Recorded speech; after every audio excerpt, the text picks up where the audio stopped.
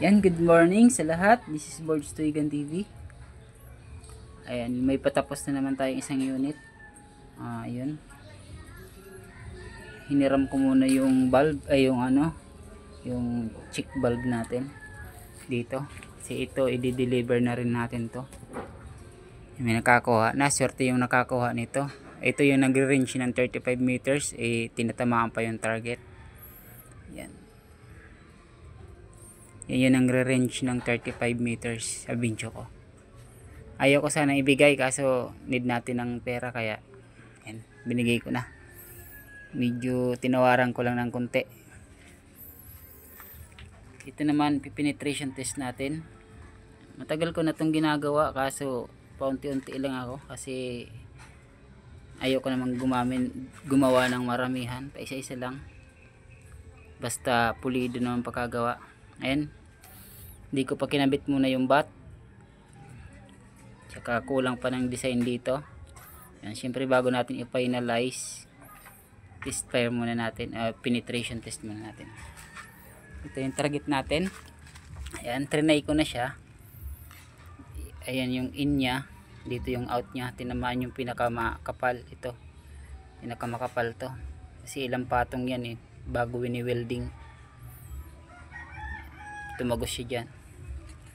Siyempre titingnan natin, titest pair natin ng bibidyohan natin.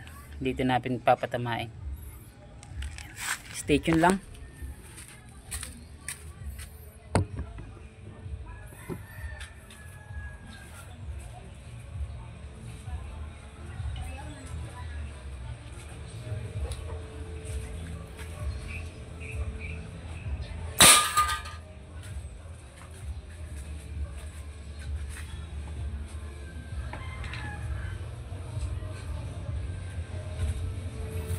Yan. Check natin. Yan, ayun yung tama, ay yung in. Dito naman yung out nya. Ayun yung out nya. Yung bala nandun sa loob. Nasa kabaon sa loob. Ayun yung out nya. Yan. Parehas ng out dito. Yan yung out ng unang try ko. Ito yung out. Ito yung in. Yung unang try ko, ito yung in. Saka yung out nya dito sa medyo makapal. Sa may winildingan. Ngayon naman ito yung in. Ito naman yung out nya. Ito. Ayan. Yung bala nandun sa lupa. Ayan. Ay, ito yung isa. Tumama sa bato.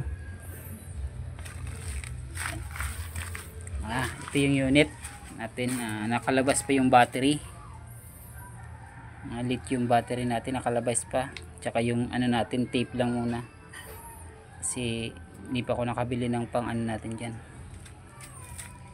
Pero okay na yan. Na lang, i-finalize na lang.